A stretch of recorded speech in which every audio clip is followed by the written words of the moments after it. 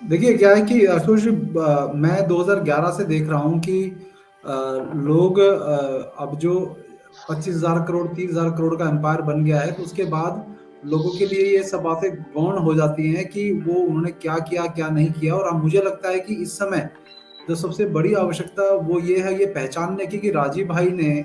जब मल्टीनेशनल्स के बारे में जीवन भर लगा दिया पूरा, जब प्रकाश जी के जो वीडियो अभी देखा हमने, मल्टीनेशनल और पेप्सी कोको कोला कोलगेट जितने भी थे इन सब के खिलाफ बोलते बोलते बड़े जबरदस्त उन्होंने आंदोलन किए। लेकिन राजीव भाई को एक बात रियलाइज हो चुकी थी कि लोगों को आप कितनी अच्छी अच्छी बातें बताते रहिए, आपके समर्थक बनेंगे, आपको सुनेंगे, तालियां बजाएंगे और आपका साथ देने की बात कहेंगे, लेकिन अंत में राजीव भाई जैसे व्यक्ति जो है वो पाता था कि लोगों की जब तक स्वार्थ सिद्धि नहीं की जाएगी, स्वार्थ सिद्धि का मतलब ये समाज ऐसा है जिसको जब तक आप उनका कुछ भला नहीं कर देंगे,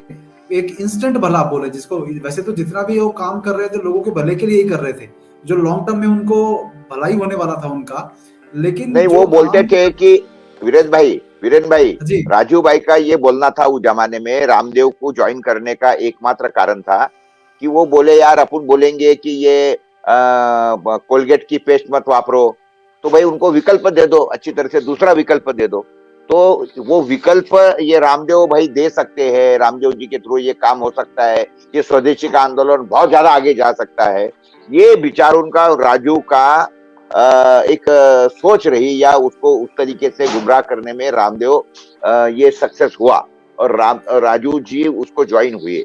उन्होंने जी मुझसे जी हमारी बहुत डिस्कस हुआ था ना, हमारे जी जी देशमुख साहब और ये जो ये है हमारे नागपुर वाले सीए साहब, उनके साथ में हमारी कई भी, क्योंकि वो तो उनके बहुत ज्यादा प्रेमी है, मेरे से भी ज्यादा प्रेमी,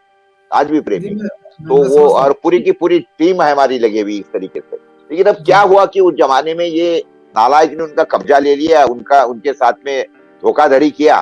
विश्वासघात किया उनका, उनके साथ में वो छल कपट किया और उनको मरवा दिया। क्योंकि राजू जी उनका असली रूप जान गए थे कि ये स्वामी रामदेव नहीं है तो लाला रामदेव है। ये बिल्कुल ये राजू के बातचीत से हमेशा हमें को लगता था, तो हम तो उसको बोलते भी थे कि यार छोड़ ना फिर उनको, तुम काय को लगते हो राजू भाई उनके साथ में मत रहो। ये सारी बातें हुई, आखिरी वही हुआ।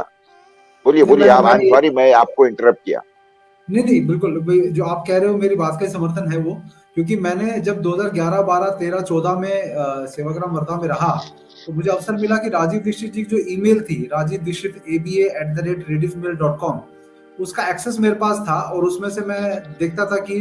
क्या वो इलाज बता रहे हैं लोगों को। तो ये प्रदीप दीक्षित के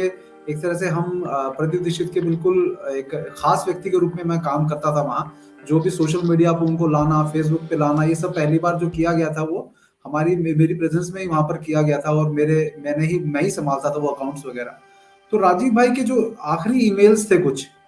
और जो लोग उनको ईमेल्स करते थे उसमें ये बात साफ साफ जो आप कह रहे हैं वो पूछा करते थे लोग उनसे कि आजकल ये जो भारत सोमैन ट्रस्ट में इतना गड़बड़ जो चल रहा है, इतना ये कुछ चल रहा है, उस पर आपका क्या कहना है। तो ऑब्वियसली बात है कि राजीव भाई एक स्पष्ट रूप से तो कुछ नहीं बोलते थे उन लोगों को, लेकिन कहीं ना कहीं वो जो बात लिखते थे उसमें वो एहसास मिलता था कि कुछ ना कुछ वहां गड़बड़ है, जो वो उनको ईमेल पे रिप्लाई नहीं कर सकते थे। तो मैंने वो देखा है, और वो जिस प्रकार से राजीव भाई काम करते थे, मैं देखता था कि एक एक व्यक्ति को, जैसे आपका नाम आशुतोष है तो आपको प्रिय आशुतोष भाई करके, और पूरा मतलब उस समय हिंदी फॉन्ट का इतना यूज नहीं होता था, लेकिन वो अंग्रेजी में यूज करके उसको रिप्लाई जरूर करते थे। ये उनकी, ये राजीव भाई जैसा बनना, जो उनकी बातें करना, उनको आगे फ्रंट में रख के कई लोग अपने नाम के पीछे राजीव दीक्षित लगाने लगे हैं।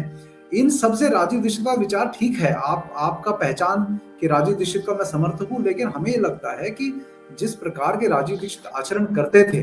कहीं संडास कोई कार्यक्रम हो रहा है, अगर संडास साफ नहीं है वहां पर, तो वो किसी को बोलते नहीं थे, खुद ही साफ करने में लग जाते थे। तो मैं जिन लोगों को जो उनके साथ रहे हैं, या वो जिनके सानिध्य में रहे, जैसे आदिलाबाद के श्री रविंद्र शर्मा जी गुरुजी हैं, मैं उनके साथ 4-5 साल उनके सानिध्य में रहा, तो वो बताते थे कि भाई राजीव आता था यहाँ पर, कई दिन रुकता था और मुझसे जो नॉलेज लिए जा सकती थी गांव की व्यवस्था के बारे में वो लेता था मुझसे।